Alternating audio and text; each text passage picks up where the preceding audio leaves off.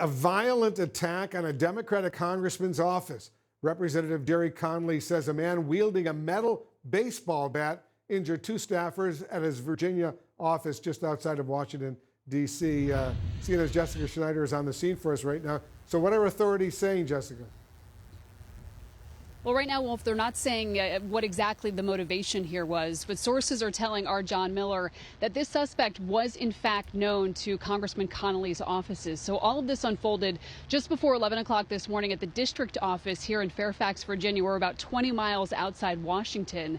Police have identified the suspect as 49-year-old Juan Ka Tran Pham. They say that he entered this office here with a metal bat and then attacked two staffers. One was a senior staffer who was struck in the head. The other was actually an intern. It was her first day on the job. Now, our Capitol Hill team actually talked to Congressman Connolly on the phone earlier today. He described it as a really out of control attack. He said that this attacker went inside, smashed some of the glass in a conference room, also broke several computers. And here's the Fairfax City Police Sergeant. Here's what she had to say. You could absolutely tell that the people inside were scared. They were hiding. I mean, someone swinging a bat around, I would be scared as well.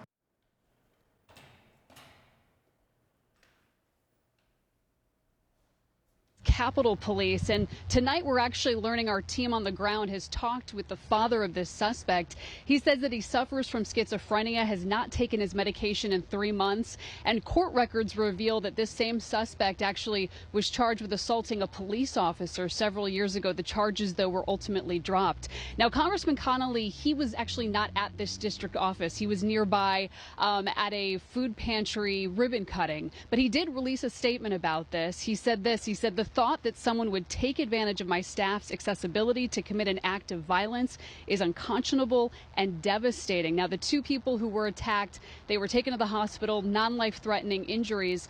But Wolf, this is really coming on the heels of many threats to members of Congress as well as their staff. In fact, the U.S. Capitol Police Chief Tom Manger testified in a hearing just last month saying that threats have gone up 400% in the past 6 years. Wolf? That's so disturbing. Jessica Schneider, thank you very much. She's on the scene for us.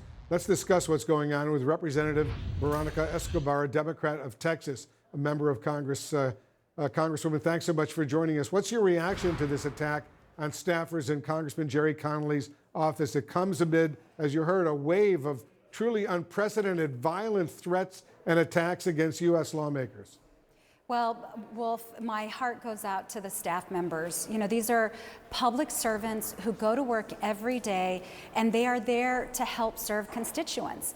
And I can't help but think of my own staff and everything that they've had to go through, you know, whether it is horrible, harassing calls or awful, hateful email to the threat of attack. And we know, those of us in Congress, especially those of us who survived January 6th and we were here, just how terrifying all of those attacks are. We have to be very vigilant, and apparently our staff also has to be very vigilant. It should not be this way. Have you increased security for your staff and your offices?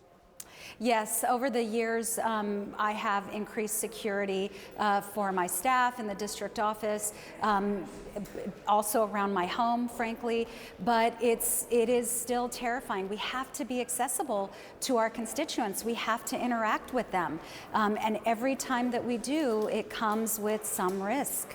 I want to get your thoughts, Congresswoman, on the special counsel John Durham's report that was released earlier today. Do you support the Judiciary Chairman Jim Jordan's call to have Durham testify before Congress? I know you're a member of the Judiciary Committee. What do you think?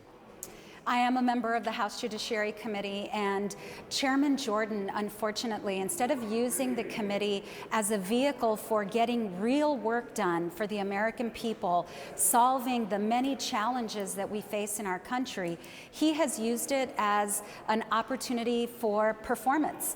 And I have not yet read the Durham report, but I have definitely had an opportunity to look through some of it. I've heard reports about it. We've spent an awful lot of money as an American government on a report that essentially proves no wrongdoing. But the fact that Chairman Jordan wants to just continue this shows their disinterest in really the work of governing. I want to quickly turn to the issue of the southern border. You represent El Paso in Texas. After Title 42, how concerned are you, Congresswoman, that the situation there will devolve as processing times take longer and longer and facilities fill up? Well, I can share with you that from the inception of Title 42, I and other Democrats essentially called out the fact that Title 42 was only making things worse. It created a revolving door. It made it so that migrants were attempting entry multiple times. It placed a tremendous amount of stress on communities like my own. My community of El Paso, Texas, has been the site of the highest numbers of encounters both in 2022, and I believe the same will hold true for 2023. So Title 42 should have gone away a long time ago. The administration tried, but was sued by red states like my own in Texas, and so finally it's gone. We can now create, I think, some sort of semblance of normalcy, but we can never predict the future. We don't know what's around the next corner in terms of the challenges that we face, in terms of what will be driving vulnerable populations from their homeland. That's why it is so important, in fact, more important than ever, for Congress to take this moment and finally, in a bipartisan way, act on reforming outdated processes and outdated immigration laws. We shall see if that happens. Representative Veronica Escobar, thanks so much for joining us. Thank you.